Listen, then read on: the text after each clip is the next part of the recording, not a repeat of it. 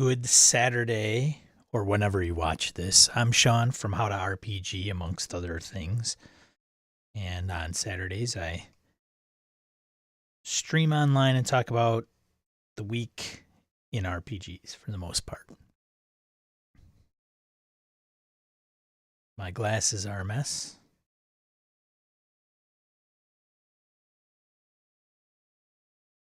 I'm cleaning them off. If you're having a good day as you watch me clean my glasses, because that's what you tune into for on YouTube, I would imagine. Probably pretty exciting. Got a lot of stuff to cover today.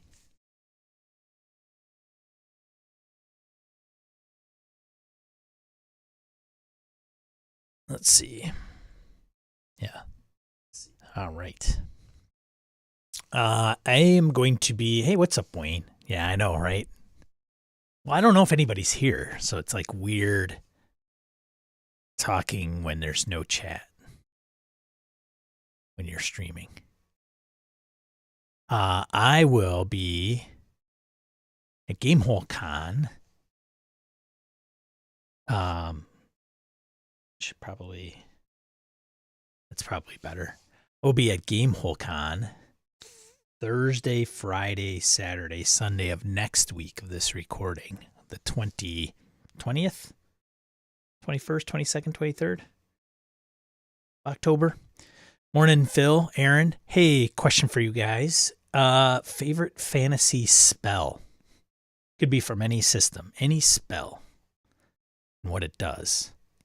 If you have a favorite spell, if you were playing a caster, it could be cleric, could be magic user, could be wizard, could be some other caster. What spell? What's your favorite spell? Yeah. A lot of us might not play casters. So just pick one that you remember.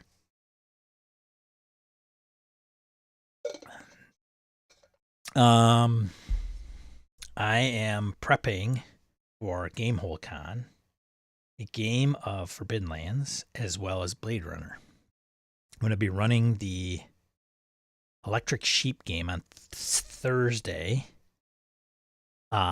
which is the case file, because that's what they call their scenarios. That's out of the box set that they're coming out with. So most of it is out on PDF for the Blade Runner RPG. And then Friday, I'll be running a 4-hour game of Forbidden Lands, which I'm not doing a ton of prep for. I know it a little bit better than Blade Runner. So scenario through Forbidden Lands.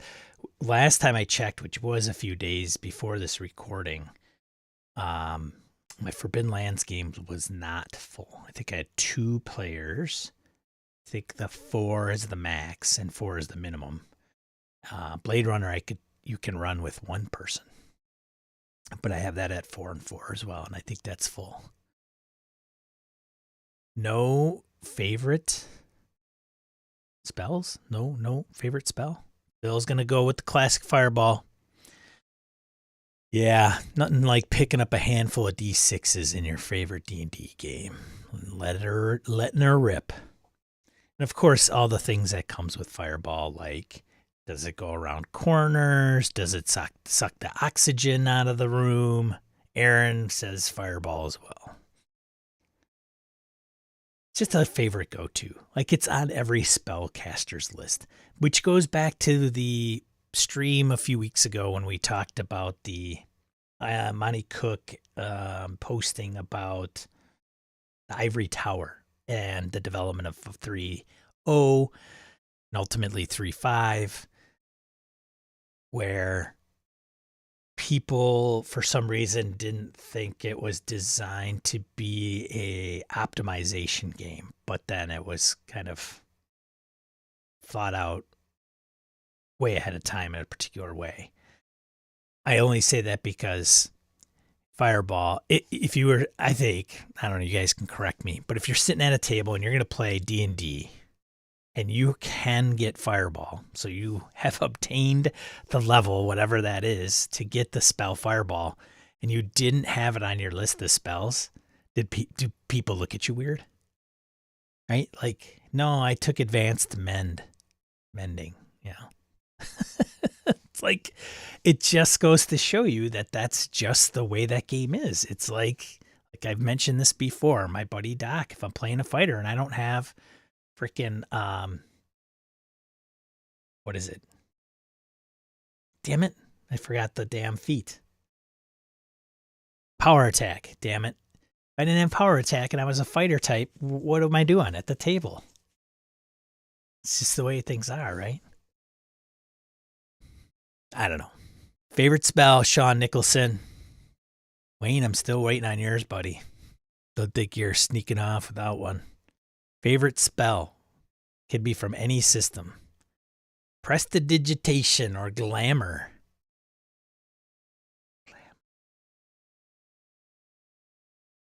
Glamour. I don't even know glamour, honestly. Prestidigitation. I'm seeing a theme with you, Wayne. I'm starting to see a theme. You ever play with somebody and you played with them for a little while, but not like 5 years. And then you kind of see themes with the characters that they play or the style. I'm seeing that with Wayne.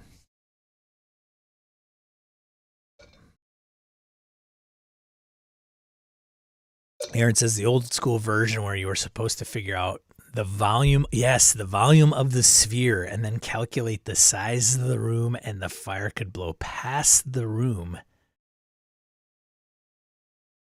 down the hall, and into the next room, and so on. Yeah, it's like a huge natural gas explosion. Wayne says minor illusion spells where you could be tricksy.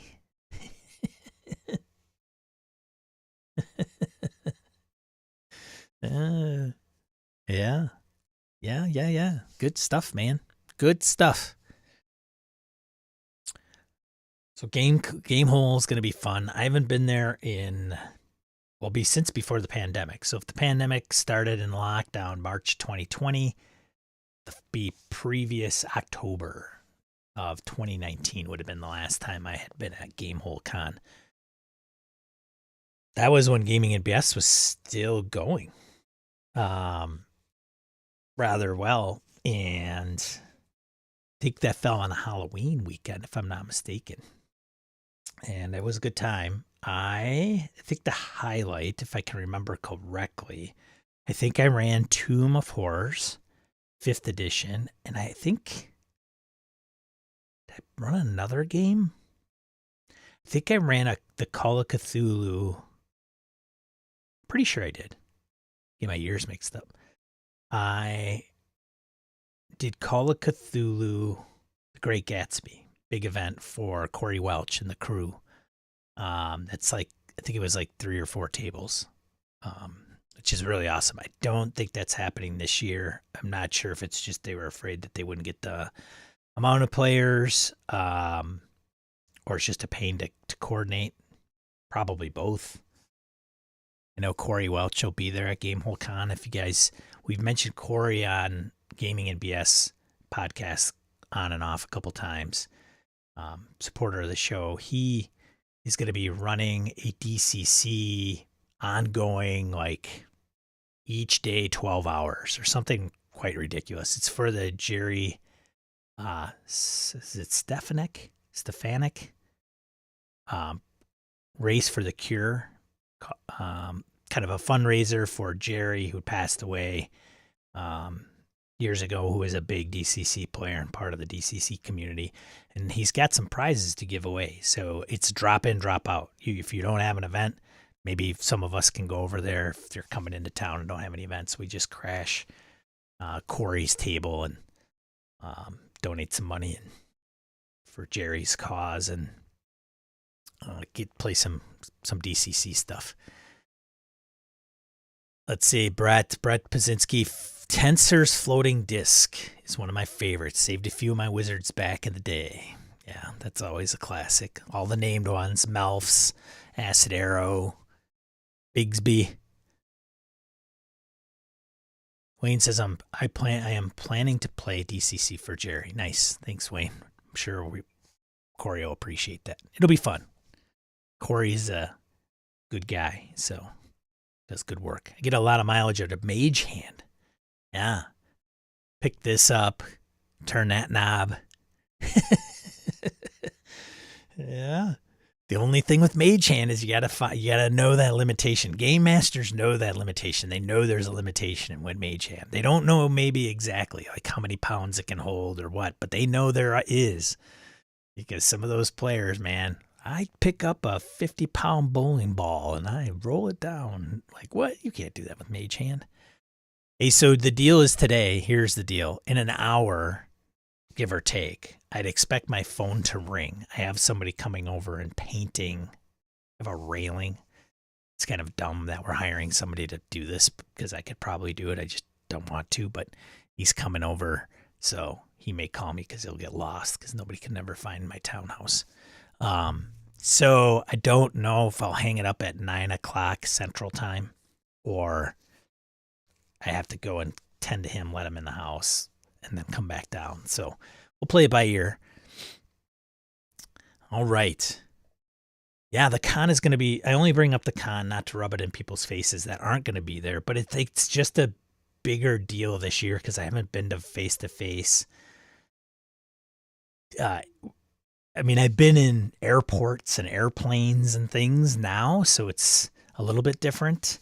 But this will be the first major big event that I will have, that I'll be walking into in the last 2 years, almost 3. So it'll be good to see some people that I haven't seen in a long time. I know a lot of people coming in from out of town. Wayne, obviously.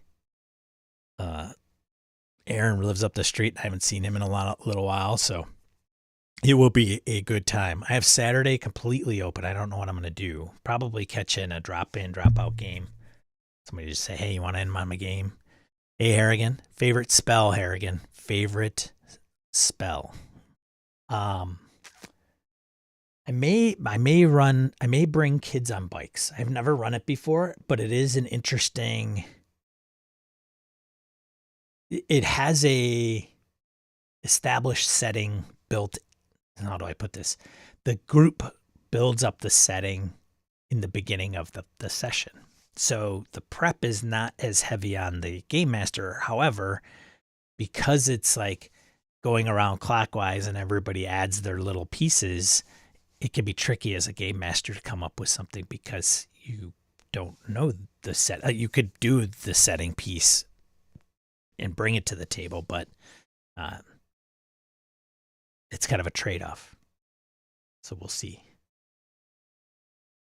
Denied. No favorite. Denied is your favorite spell? Is that what it is? Yeah. So I think, and then what else am I looking forward to at the con? That's it. I'm not playing any games. Soiree on Friday, Saturday? I don't know. I have to see when the time is.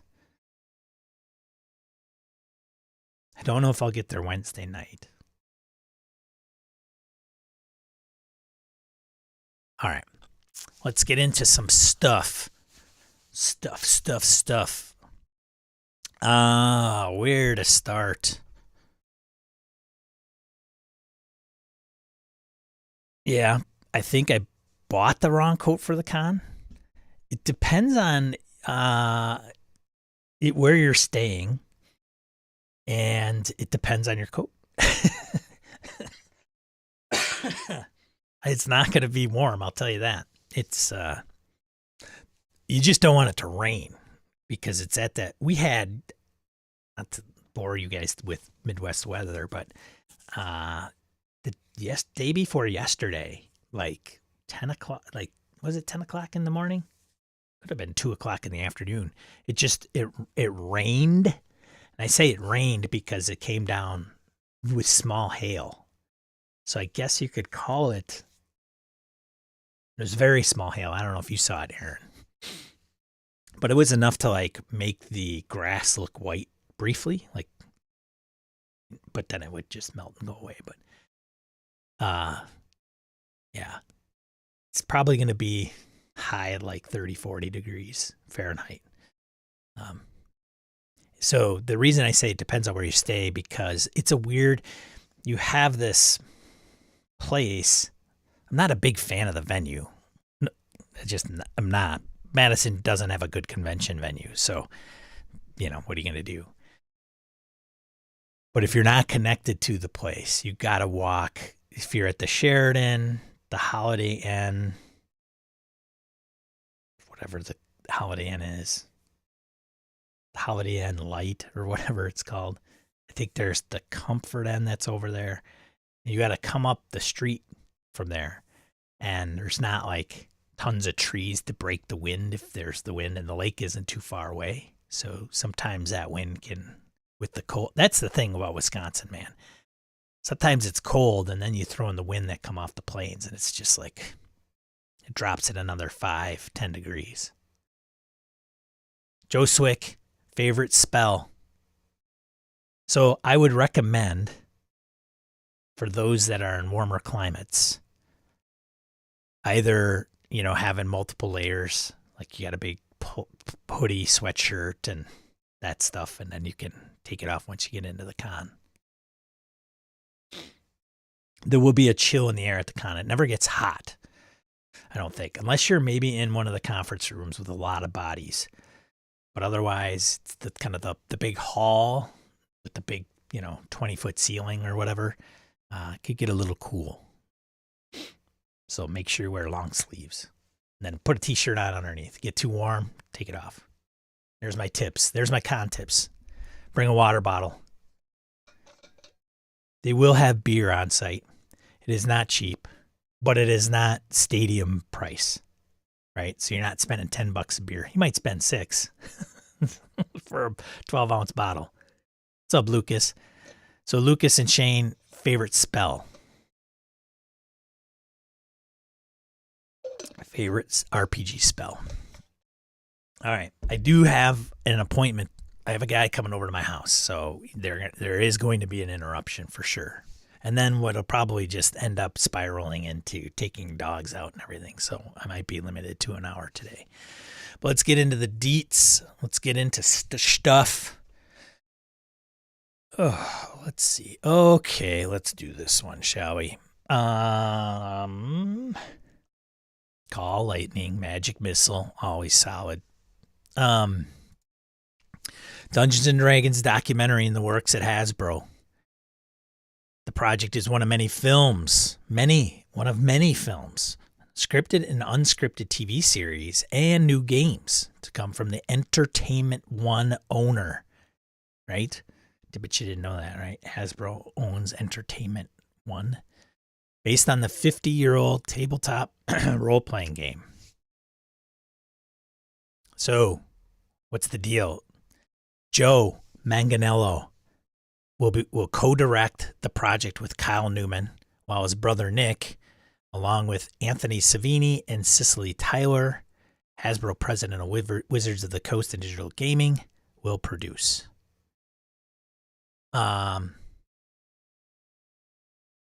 Cicely Tyler? Did I miss something? That was, what's her name? Anyways, as they approach the 50 years of this incredible gaming universe, the time is right for an officially authorized telling of the game's origins and current state of play to its passionate fan base from all walks of life and its global cultural impact.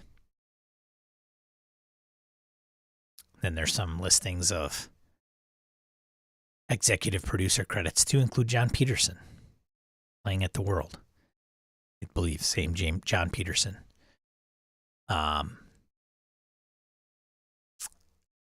They also have a TV series in the works from Derek Kolstad, the creator and writer behind the John Wick franchise, has been tapped to pen and develop a pitch for a live-action series based on D&D universe. This, oof.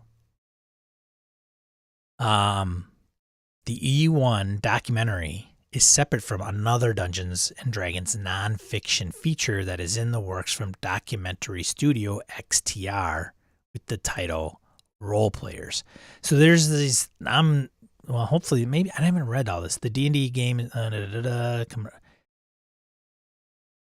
okay, the reason I'm kind of looking at some of this is because I backed a documentary Kickstarter that got tied up in legal, and actually two.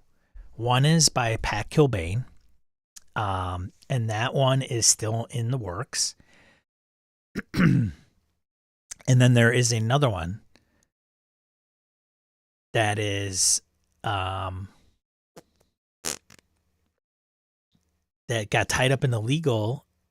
So I don't, is that, Joe, are you saying that's the same one? They just released the, yes. Okay, so you got that as well. So I didn't read the comments. All they said was, well, it looks like this is what's going to happen, or we're handing over our stuff to these guys. It was very vague in the post. And then I went to read the comments to see if, like, are we on the same page? Are they taking their footage and then just handing it over to them? So I don't know. It was, back in the day, there were two Kickstarters, or one Kickstarter and another one, and they were doing documentaries, and one guy left and started his own thing, and then they sued each other. And okay, good to know. Thanks, Joe. So I could probably, so apparently, I don't know how much, they're probably going to use a lot of the footage.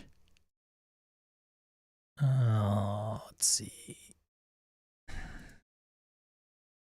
Oh, for Pete's sakes. Kim meant to clarify what is happening. Nothing has been said. Right. So this is not that.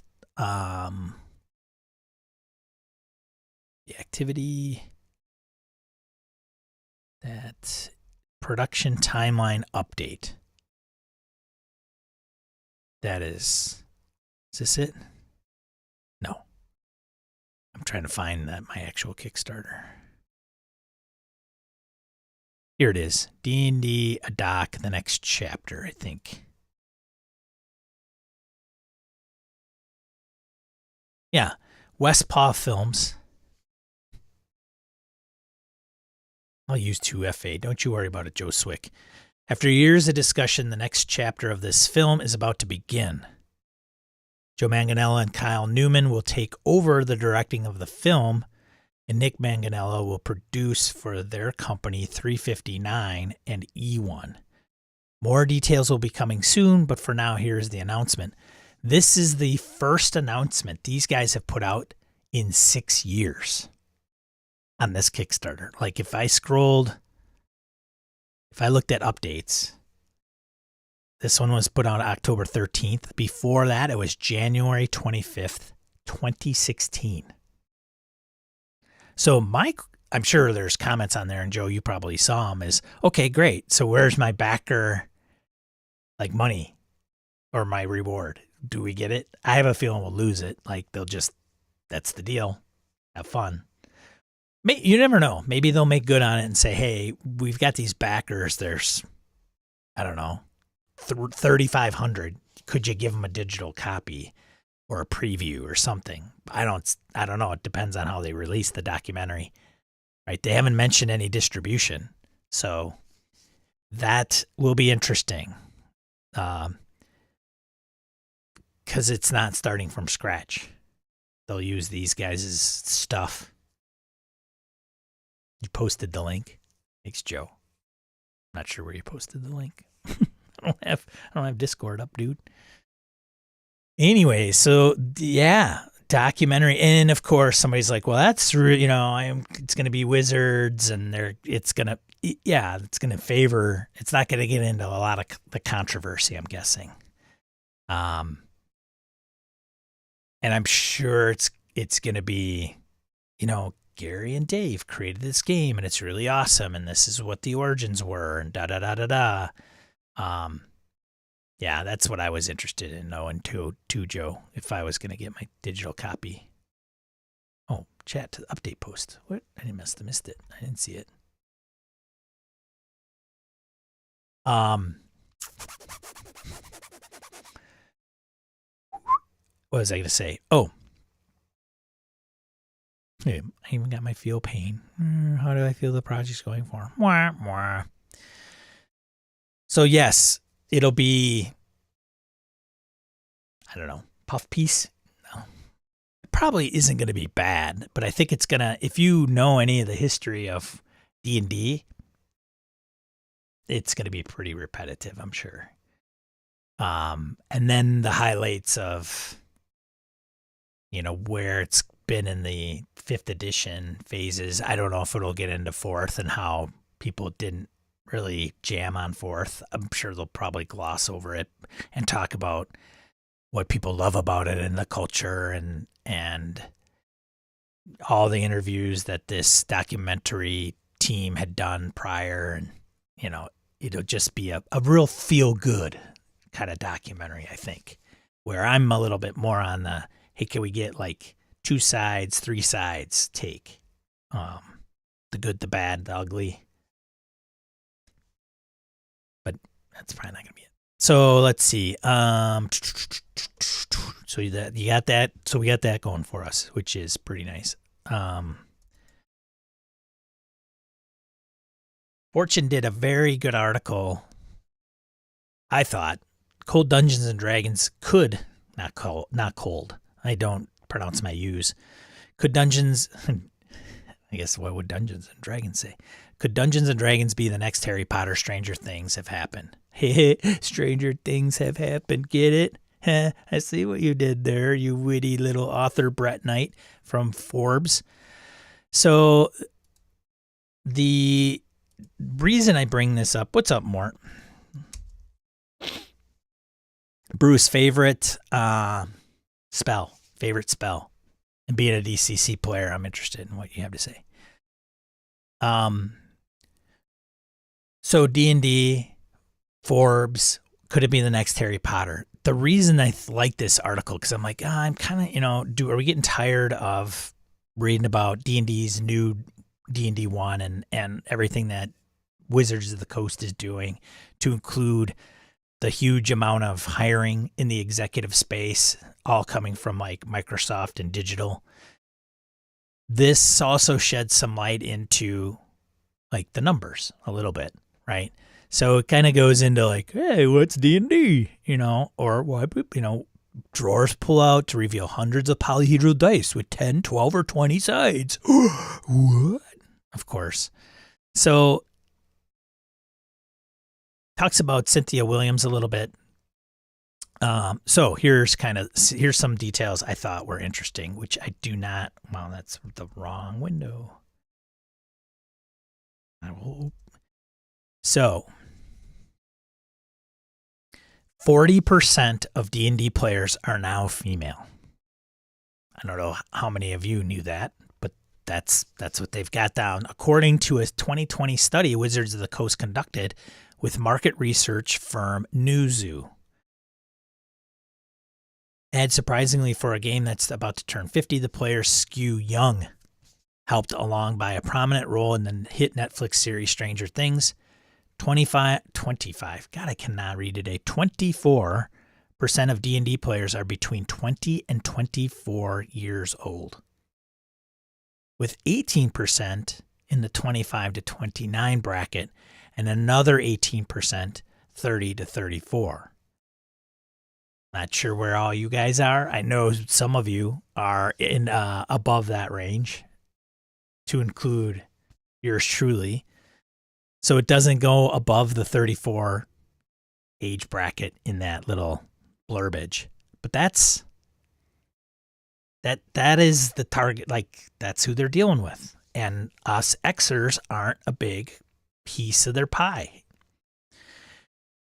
Celebrities including Joe Manganiello, Deborah Ann Voll, Vin Diesel have sung the game's praises, and D&D books frequently pop up on bestseller lists, blah, blah, blah, blah. Video games, yada, yada, yada.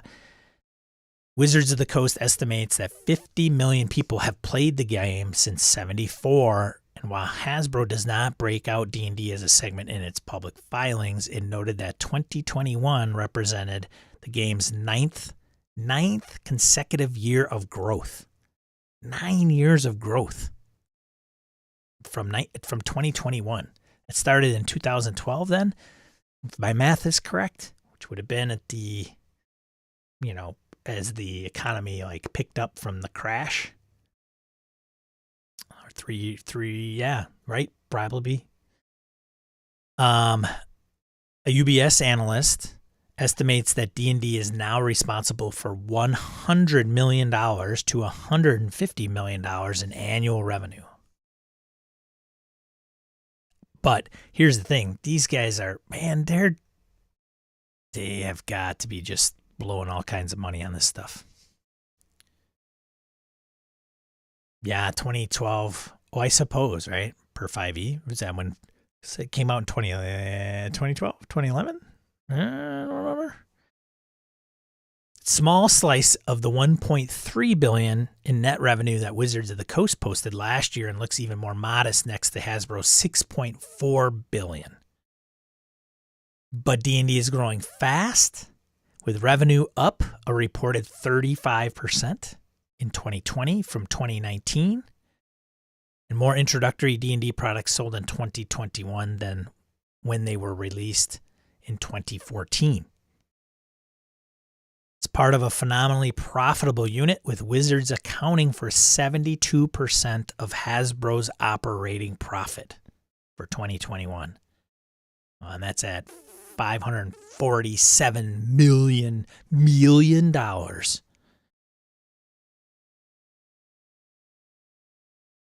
They touch on the Alta Fox capital management, trying to spin off Wizards. They squash that.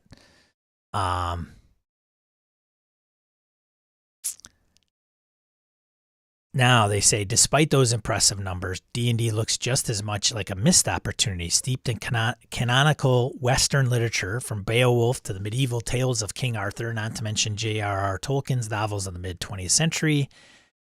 D&D introduced a modern generation of fantasy worlds of swords and sorcery, but while it's the basis of 1980s cartoon and a mixed bag of video games, D&D remained at its heart a publishing business, selling a set of lavishly illustrated hardcover rulebooks, supplemented by novels and pre-written adventures, which is like there's no vision. There hasn't been any vision. It's, let's do this. This is our thing. So I will say this, despite like one D&D, digital, virtual tabletop, D&D Beyond, if these guys sit in books and that publishing space, I don't know, man. That means the rest of the Hasbro portfolio is tanking. Well, I mean, and that's the deal, right? Like, what is the other things? What are they doing in the other divisions? So, well, and there's Magic, right? Like Magic, I heard, it's like printing money. Print more. You need more money. Print more cards. I don't know. But we don't tune into the Magic pieces. At least I don't. So going forward, while D&D plodded modestly along, any number of other fantasy properties leapt off the page and into mainstream culture. So they referenced Tolkien's Lord of the Rings with $3 billion worldwide box office, 17 Academy Awards. You got The Song of Ice and Fire on HBO, right? AKA Game of Thrones. You got the Rowling novels. So they're listing that along with the money. So $9 billion of Harry Potter books, more than 60 times D&D's annual revenue. Like, those guys must be just foaming at the mouth looking at Harry Potter books, just the books that Rowling wrote, apparently. Well, no, I rephrase that. 11 movies based on the movies made $9 billion worldwide. They've got to be just like, see ya, Joe. There's so much potential, and nobody's been able to do it right because they've got when certain companies hit these brick walls, and Wizards of the Coast could be continuing to do what they've been doing for the last, 15 years. And they could probably set their watch maybe to the next release and what that'll look like, as long as it doesn't bomb like 4th edition. And I say only bomb because Paizo supposedly outsold D&D. Pathfinder did.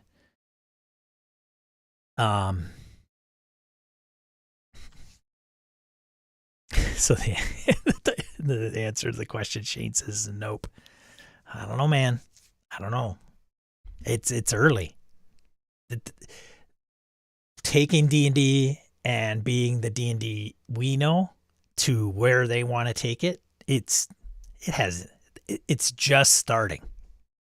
It's just like we're at ground level zero, man.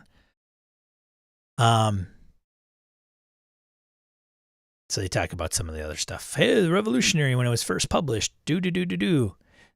action goes something like this. They talk about the game and how it's run. Peterson weighs in. There's a quote.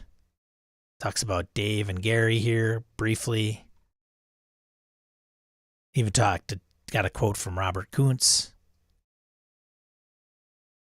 And then Gygax started self-publishing D&D out of Wisconsin in the basement in 1979. So they're going back to even there.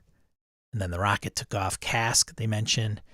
So TSR sold, this is interesting. So TSR sold nearly 1.9 million copies of its main rulebooks in 1983 and posted revenue of nearly 27 million, which would be equivalent to 79 million today.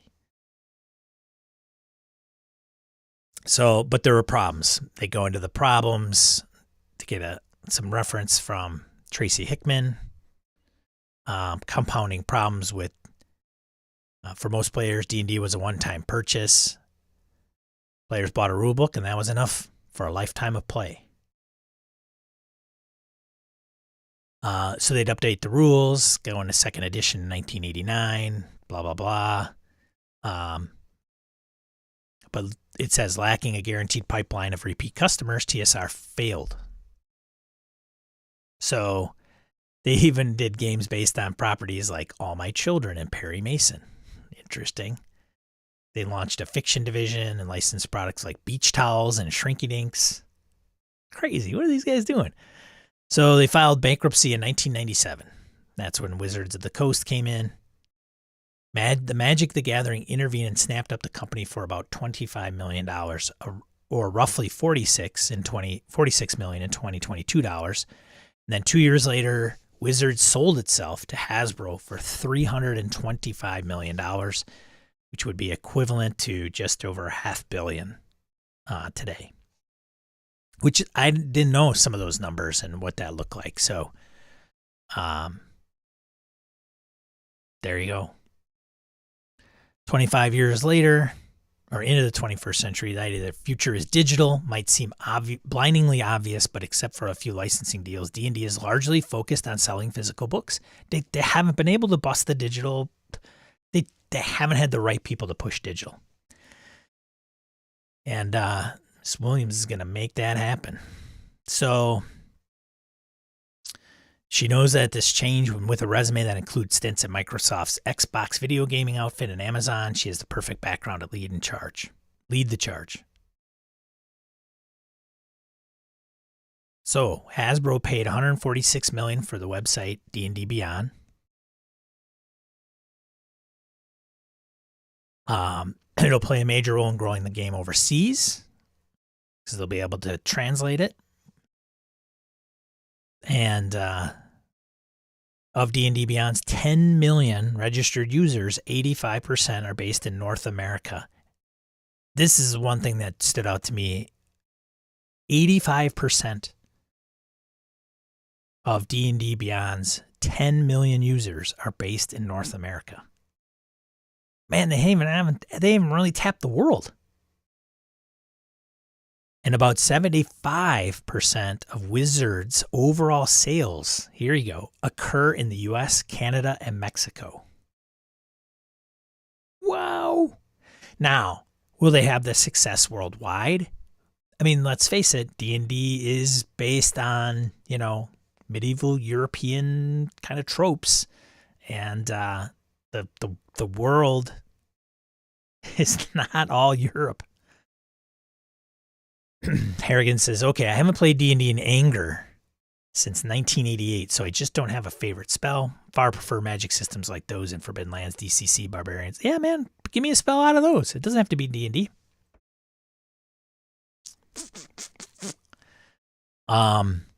75%. Crazy. So seeing an opportunity, Wizards announced this year that it has retaken direct control of D&D publications in French, German, Italian, and Spanish, and would release a Brazilian Portuguese version as well.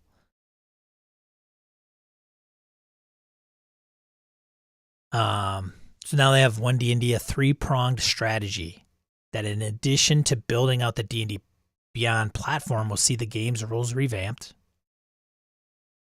for D&D's 50th anniversary in 2024, and the development of a digital play experience that will include a virtual tabletop, allowing a traditional version of the game to be played online. Speak with dead, commune with nature. Nice. Good enough for me, buddy. Digital initiatives offer plenty of revenue potential. Just as fans of video games like Fortnite are happy to spend 99 cents for in-game avatars and special guns, D&D players may be willing to shell out some cash to slap the real-life face on their fantasy characters. Totally not 6th edition. Video games, movies, got Honor Among Thieves coming out. Hasbro's 2019 acquisitions of game studio Took Games and TV and film production house E1 will allow Wizards to start creating those sorts of properties in-house without ceding profits to licensees. Already there's a scripted TV show in development. I don't know. Here's the thing, though. Jeff will be happy with face pasting. Yes. Yes, he will. Yes, he will. That's funny. What's up, Ty? I'm telling. See, the thing is, Hasbro's publicly traded. You can go buy their stock, but if Hasbro tanks and Wizards carries them, it doesn't mean it's a windfall. But I might, buy a piece of stock just to get some insight. Their earnings calls are public, but still. Anyways.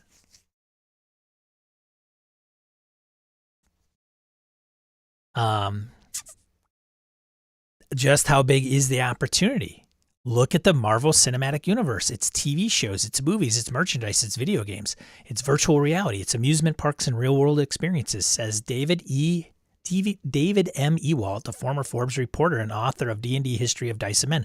I've read David's Of Dice and Men. I recommend the book, and David will be at GameholeCon. And I think he's given a seminar, actually, on this specific topic, like where's D&D going and his thoughts on it.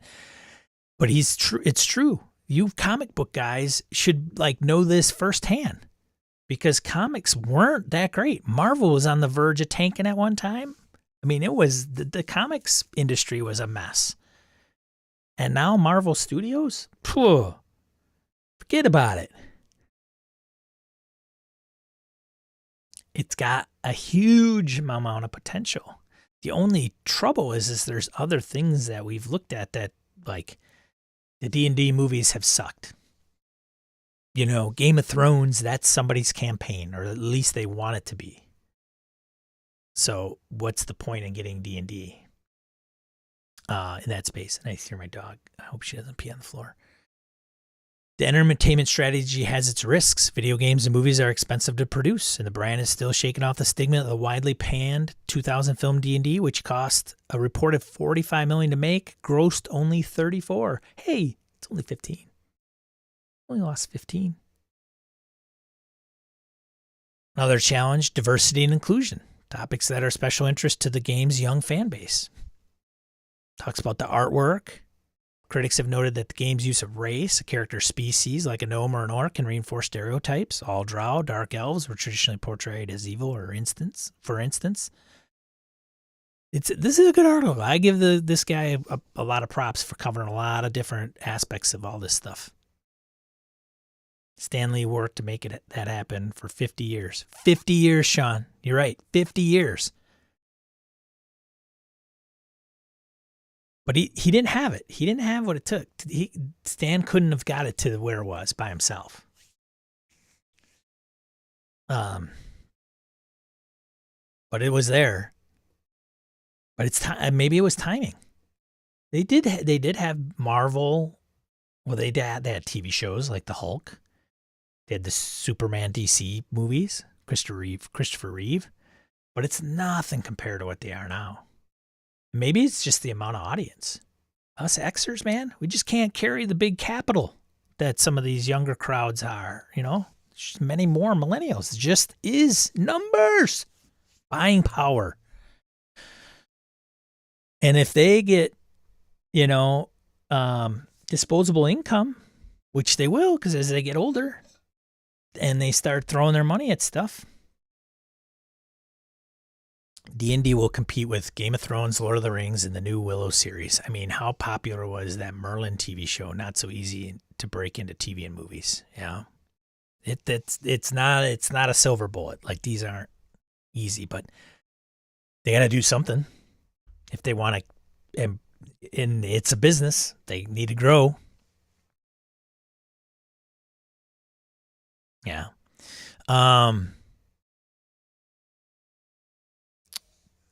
What else? Yeah, I think that's it. Like, hey, that's kind of the deal. So it says D&D is a game, as a lifestyle, blah, blah, blah, blah, blah. Well, it says Williams.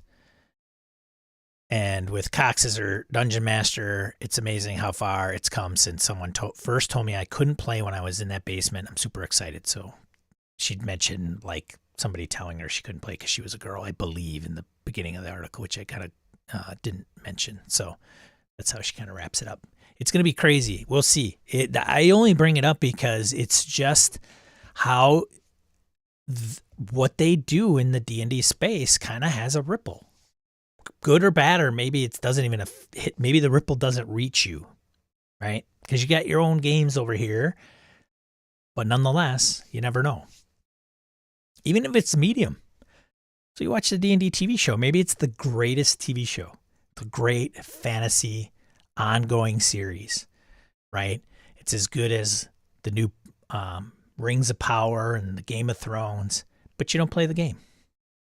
I think Wizards would be okay with that.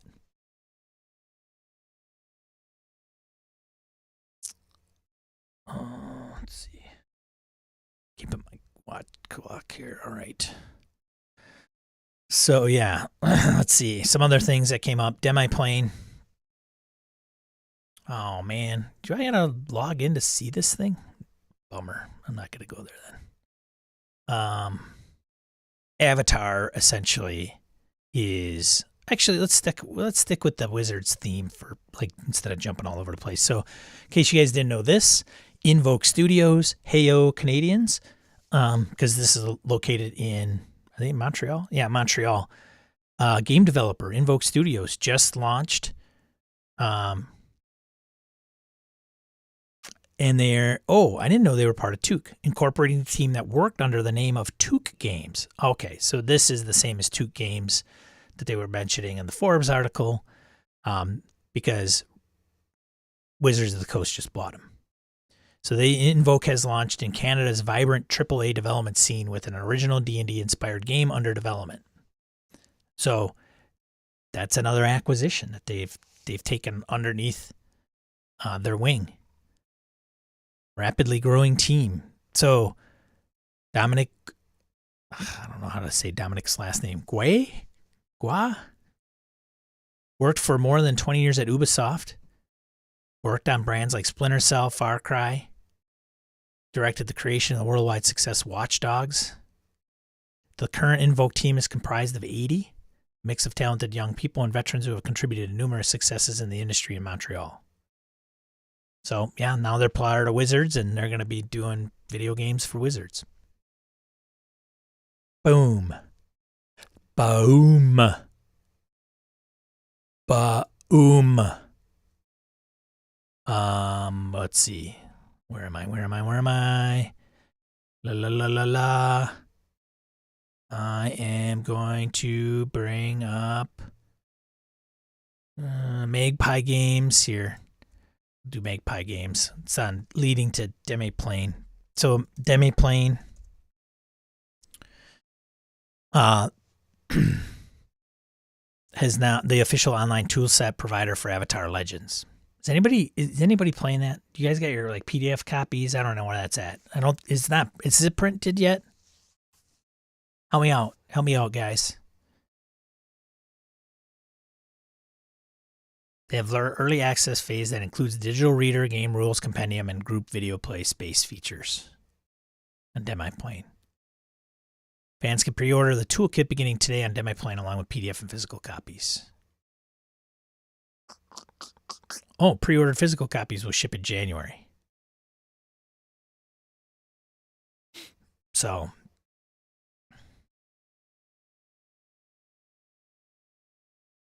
there you go.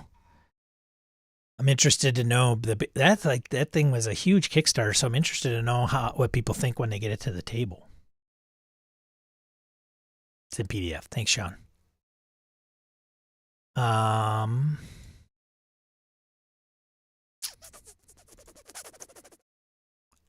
Let's see.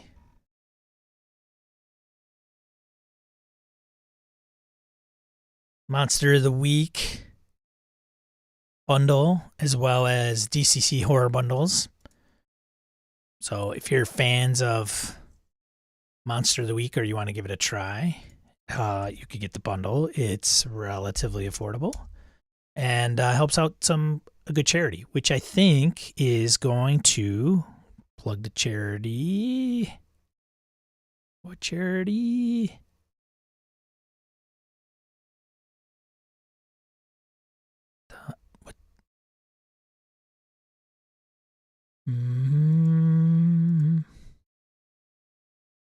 Thought there was a charity. What's the charity, man?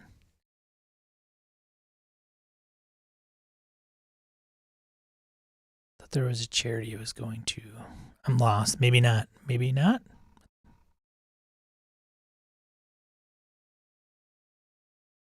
I'm overlooking it, I'm sure. But anyways, check out that. And then the DCC bundle, I think we posted that in the Discord. If you haven't checked out our Discord, you should join the Discord.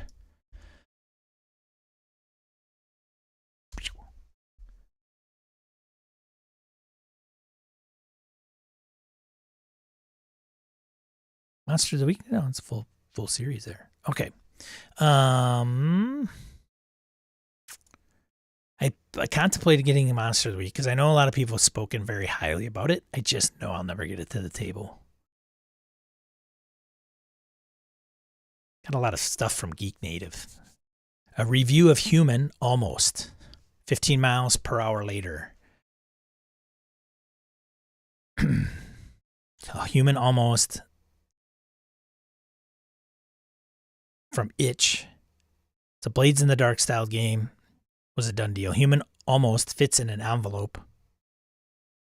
Somebody sent it to the author here. Traveled just shy of 4,000 miles. Took 10.5 days to get to the author. Human almost game is based on a sci-fi show of the same name. It's a police adventure where human cops are paired with a machine enforcer to try and look after a shiny city. Oh, for Pete's sakes, hold on a second. This might be is the painter. Where am I? I'm lost. Might even be here.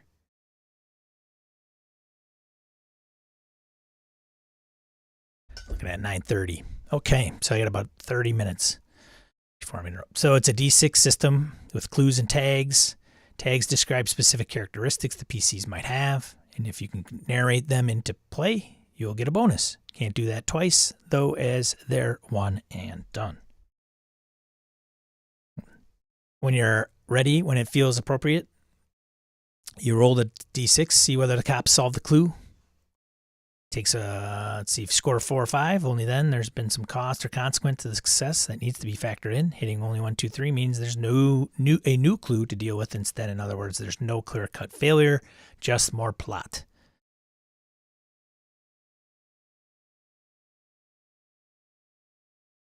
check out Human Almost if you want to know a little bit more about it. It was a TV show, Ty. There you go. Let's see. Work it down the list. Another one. I've been meaning to download this one. Free to download How to Roleplay the Hard Way. So this is by Sean Driscoll. 34-page guide. It's not for everyone, but it's free. So talks about let's see where it says the first, oh my god,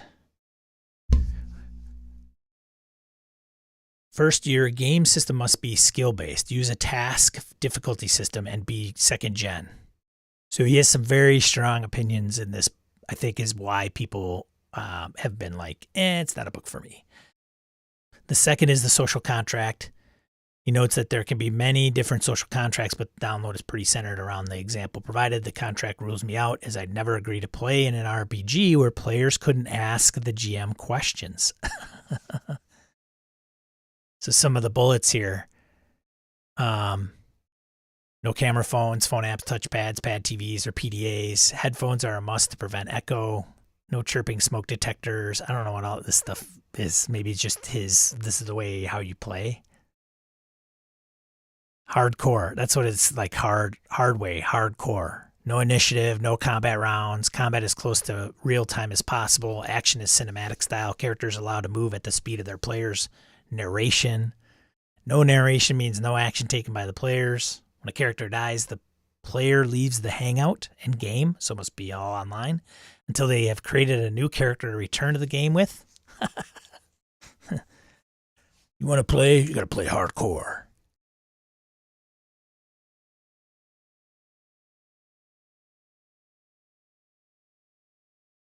I don't know.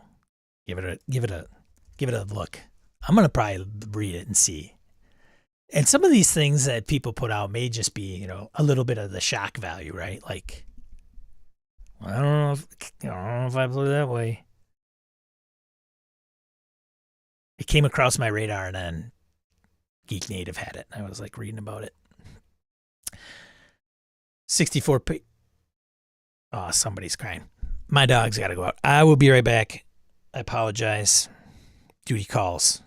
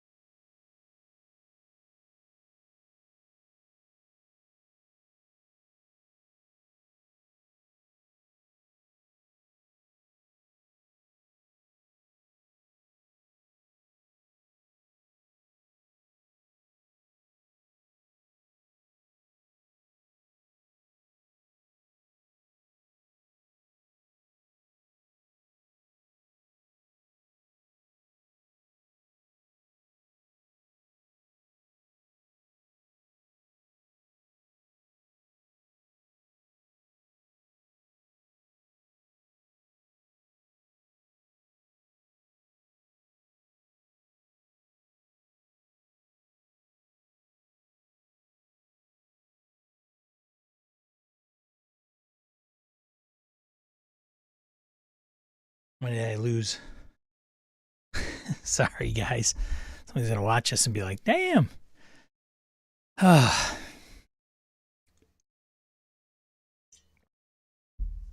right. Wanted to bring this one up. Apologize. Had 2 dogs. Yeah, it's a mess. Anyways. Thanks for sticking with me.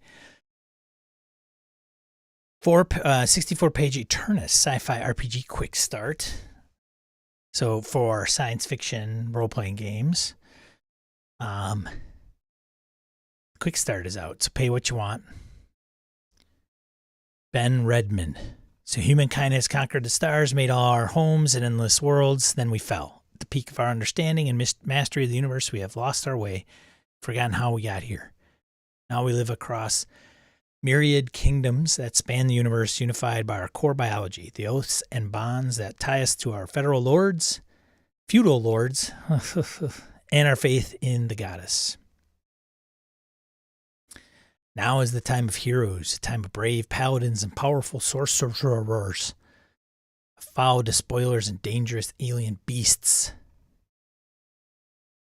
It's inspired by the likes of Forge in the Dark and Apocalypse Engine, yet uniquely its own.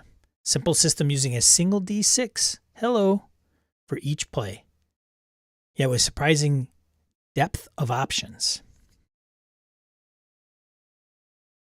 So if you like sci-fi and you like simple D6 mechanics, might be something to check out. The Quick Start introduced sci-fi tabletop RPG as one that contains light and dark themes. Characters will face evil and it'll feel like a grimdark sometimes, but there's also hope. In Eternus, the most powerful force in the universe is one of goodness and hope. The heroes of the myriad kingdoms have the power to save their worlds and protect the weak. 10 basic plays, each linked to one of authority, Eternus, focus, physique, or training. Interesting. Check that out. What else do we have here? Monty Python. Who's going to get in on the Monty Python RPG? Out of curiosity. The co-curricular medieval reenactment program preview. Kickstarter's coming next week as of this recording. Well, it should probably be here, right? It said it'll be the 21st, so next week. Yeah. It's got 11,000 followers right now. October 19th. So 4 days from this recording. Yeah. I think it's all right. Isn't that like, so I don't know if you guys know, I don't know how many of you play guitar. I know, Bruce, you do.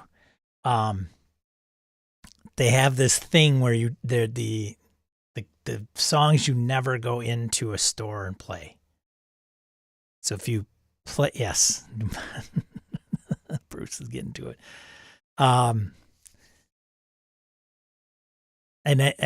Yeah, no stairway, right? That's the forbidden song is what they call it, the forbidden song. And I don't know if there's a list, but that's the forbidden song. And I think Monty Python has gotten its ways into role-playing games where that is the forbidden quotes. Olayla is another one. But I think that I only say that because guitar players probably know. When you go into a guitar shop, there are forbidden songs. And then they actually kick you out for that stuff. Like, hey, no, dude, no. And I think Monty Python in some RPG circles is similar. Just saying. But if you're interested, check it out. You know, could be interesting. It's by Exalted Funeral. The guys that do all the distribution of a lot of games. All right. Let's see. Paizo won't be doing one-shot Pathfinder anymore or Starfinder. So this one caught my eye, but it's only one shot. So it's going to be like they're still doing all the campaign arcs and modules, but one shots are a specific format that they've been putting out, but they are are nixing. They're intended to be quick, perhaps one evening of play, context light dramas. So some of the one shots that they have had are include Sundered Waves, Dinner at Lion Lodge, Headshot, The Rot, and Mark of the Mantis. Headshot, The Rot, and Mark of the Mantis. And then the Starfinder range is Band on the Run, The Great Grav Train Robbery, and System Takedown and Before the Storm. So if you're not playing either of those, might not even matter to you, but I thought it was interesting. I probably like perked my ears up thinking it was more than it is, but you can still do like Pathfinder Society, Starfinder Society, or what they mention. But I think those were probably just like very short very short one-shot intro type scenarios that they are ceasing to do.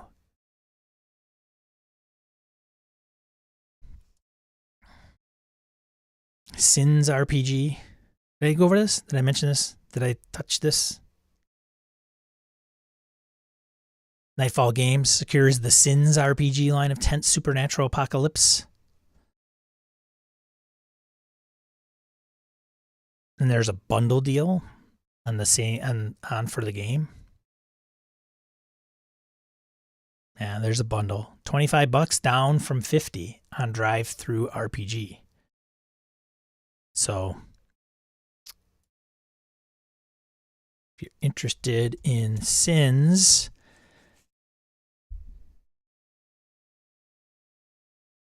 it's at its core, a narrative role-playing game based on the stories of powerful entities known as nemissaries, reborn persons with a plethora of unknown talents. As nemissaries, the PCs have awoken to fight an eldritch hive mind of the undead known as the Brood in the post-apocalyptic ruins of a 22nd century Earth.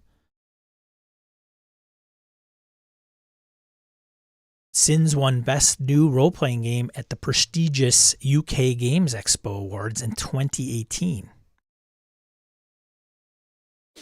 So check that out.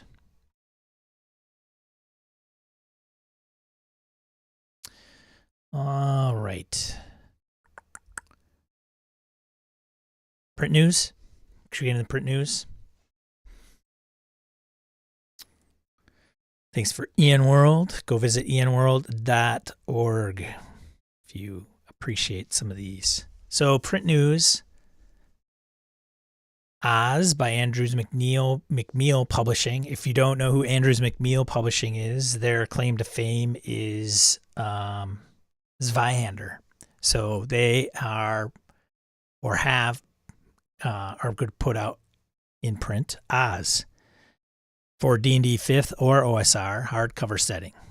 $35. I did not read all the Oz books. Any Oz book readers out there? Gabe, I don't know if you're lurking.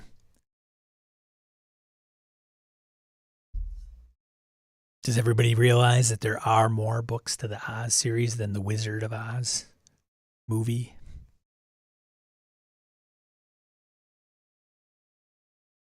Shotguns and Sorcery, Full Moon Enterprises by Matt Forbeck.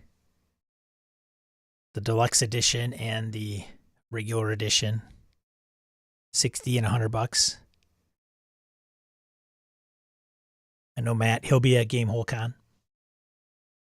Nice guy. One of the nicest guys in RPGs, honestly.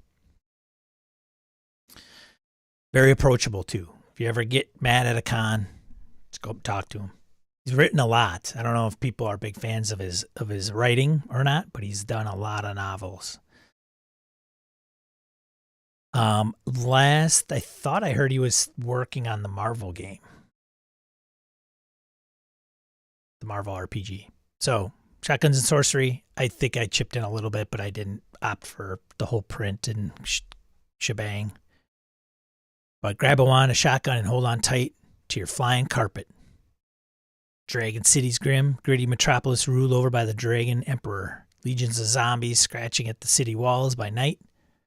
PCs are looking for something more than simple survival, whether in the streets of Goblin Town or the prestigious halls of the Academy of Arcane Apprenticeship. Legendary Hunters by Legendary Games, Pathfinder 2nd Edition, softcover supplement, about the wild wandering Beastmaster Hunter class, a few others, 60 class feats, all kinds of options. Drakenhall, City of Monsters, the Book of New Jerusalem by Pelgrim Press. I haven't heard much from Pelgrim, but I know 13th Age and everything's still going. Trail Cthulhu products. These are softcover supplements. Drakenhall is the City of Monsters, so if you're a 13th Age fan, you probably already know about it. It's probably on your radar. The Book of New Jerusalem. The year is 1927. As Britain continues her slow recovery, August Darcy, a young journalist, is seized with a strange obsession to recover the very essence of England, her traditions, customs, legends. In the early 30s, England experiences the first portents of a magical war. Darcy's mythic sites are on the hidden battlefields. So it's filled with mythic sites, occult rumors, and clues. So is that for... I don't know what that's for. Trail Cthulhu. Duh. It's in the system. The Trail of Cthulhu. Interesting. There you go. Slasher Paranormal by Exalted Funeral.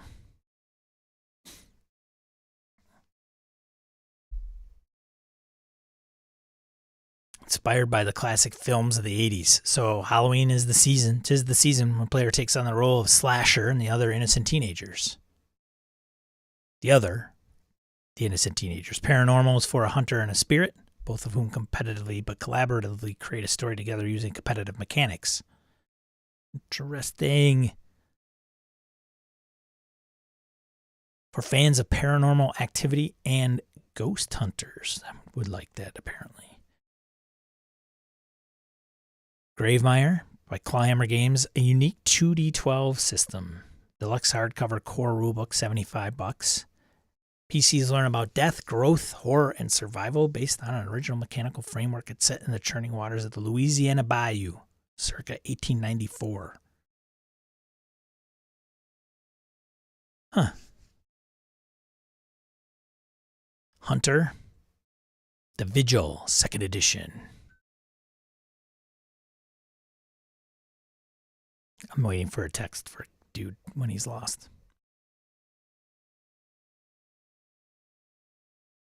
The Darkest House by Monty Cook Games.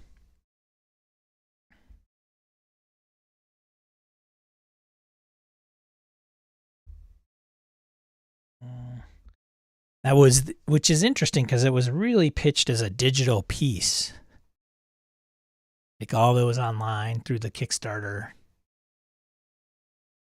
I have a good friend who is a huge Oz fan. It just gets stranger. Yeah, Oz is like, man, one of those books. A good acid trip. Alice in Wonderland. That's it for print. Crowdfunding news. Undying Corruption, Korean 5th Ed adventure from Nine Heavens Press. $60 is the average. It's an adventure module. Funded. 56K out of 50. So 5e adventure path covers levels 1 to 17 with over 20 map dungeons, 60 new monsters, 2 ancestries, and more.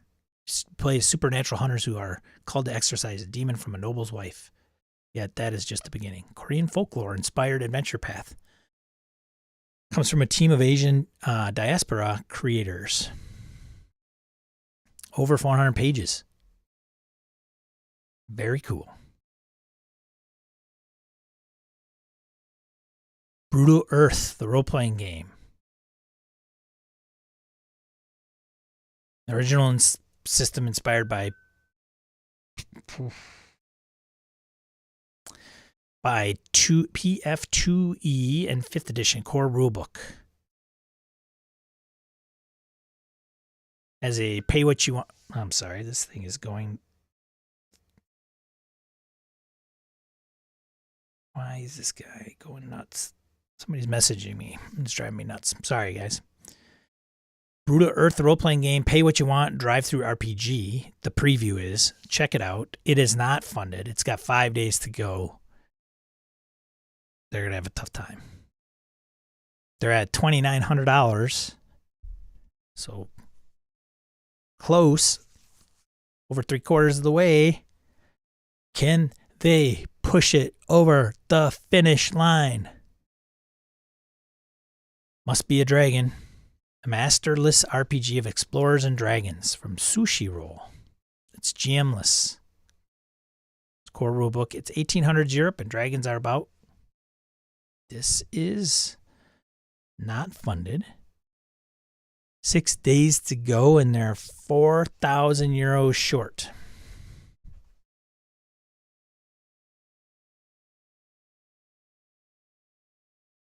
Dragons are not a tyrannical force, but mystical creatures that hide from humanity, observing but not given to day-to-day interactions.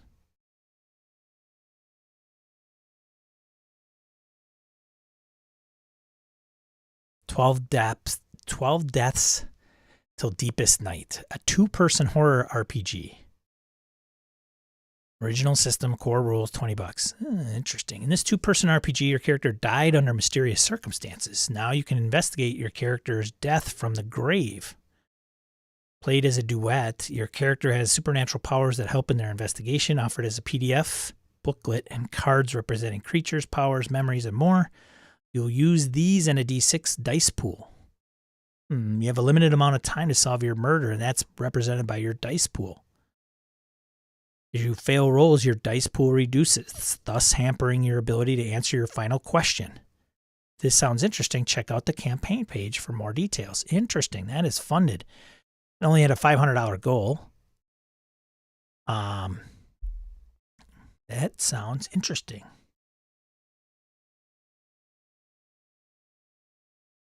Elementara, 5th edition. Guide to the 7 Elements for 5e. Another, man, it's just more and more. Like, I would wonder if all these Kickstarters, if there's like one person getting in on all of them, because they got a lot. Probably a books, like a store, maybe Noble Knight, but damn. Aussie dollars. Would you like your 5e campaign to be more elemental? Ew.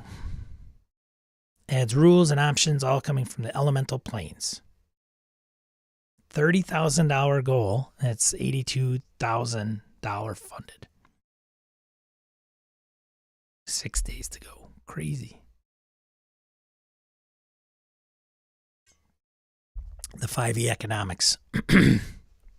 Valor, the heroic role-playing system. Reprint. That's funded. $6,000 goal, funded at 7. And this is an acting and role-playing heavy RPG, anime. So your powers come from shouting out attack names and pre-attack monologues. Sounds fun. I am not target audience. I am not big anime guy. I would probably watch this and probably have probably be entertained watching people play that game, which is saying much because sometimes that watching role-playing games is not all exciting. Shipwrecks of the Astral Sea, the Gilded Molly, 5th edition. Do you think it's funded? It is. Spelljammer Adventure. Solid hook, fish-shaped ship of gnomish design is discovered inside a gelatinous cube. Huh. Slime. 5th edition. Splat book for players and game masters. Looks cool. 109 is the popular pledge. So PDF, print, book, deck, scrolls, tiles, and more. This book covers all things gelatinous, gooey, and oozy. 96 pages. Slime-based subclasses, ooze, ancestry, spells, monsters, and more nastiness than you can contain in a bucket. Yeah. $10,000 goal. Funded. $15K. Yeah, baby. Code Warriors. Upgrade your code, avoid deletion, survive the collapse, rebuild your world. I think I saw this on another one. On somewhere else. $20. It's an original system. Setting and premise are akin to Mad Max meets Tron. Yeah. Did we do this last week? I don't remember. Yeah, we did. I think so. Right? Mainframe is crashing and you, the program, are fighting through the computer apocalypse. Tron, Wreck-It Ralph, Matrix, Ready Player One, and more have stories set in computers, but they need an extra level of danger to make running around in a laptop compelling. The system is similar to any award-nominated Good Strong Hands, which would give an idea of the quality powering the RPG. If you're interested, check it out. They're kicking it. 12,000 to 5,000. Awesome. They didn't have Kids on Bikes. Sorry, Ty. Probably be next week.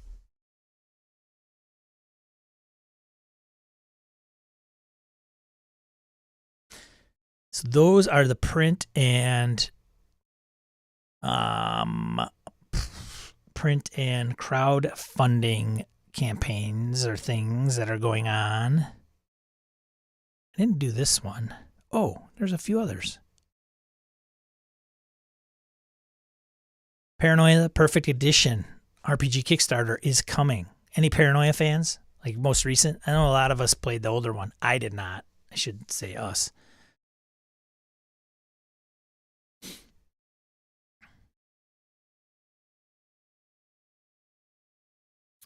The Perfect Edition will be coming to Kickstarter on Friday the 28th of October, 2022. I had the original, or not the original, I had the most recent box set of Paranoia, and then I unloaded it at Noble Knight.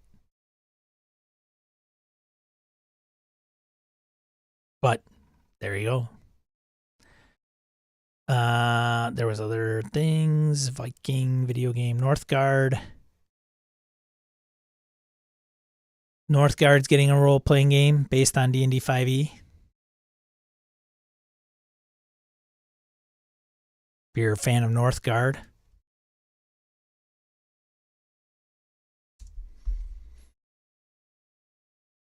I do not know much about Northgard. Assassin's Creed. They're just cranking them out.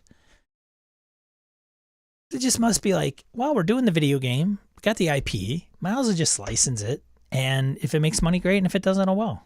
Like, no loss to us. We're not doing the work.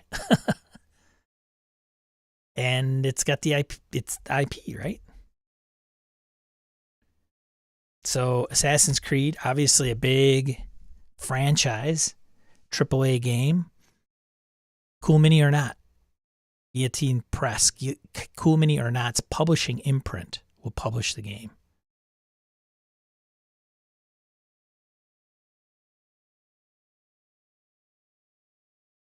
It's expected to pre-order next year. Not a, I don't know. I'm not a big video gamer.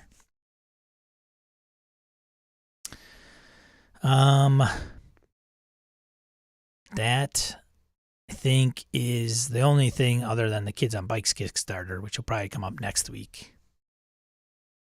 So they had a $20,000 goal. They're at 84, and it's the second edition, not to be confused with the deluxe edition that's out there that combine the core rules with the scenario books.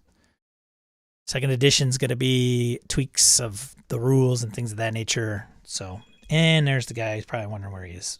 Here, hold on a second. Hey, Mickey. Okay, I'll be right up. All right, bye. All right, guys. I am just going to end it here because I got to go and cater to this individual. And I think I don't have any other news to do. So cutting it a little short today, give you a half hour. Thanks for joining in. Much appreciated. I really thank you to all these folks that have helped me and supported me over these times. Join our Discord. Go to gmmastermind.com/Discord if you haven't joined our community. And give us a like if you appreciated today's stream. Sorry for being a little frazzled and out of sorts because I had to cater to dogs and this whole thing. But we'll see some of you next week as of this recording in October at Gamehole Con. And then be a positive force in the tabletop RPG hobby. We'll check you later. See ya.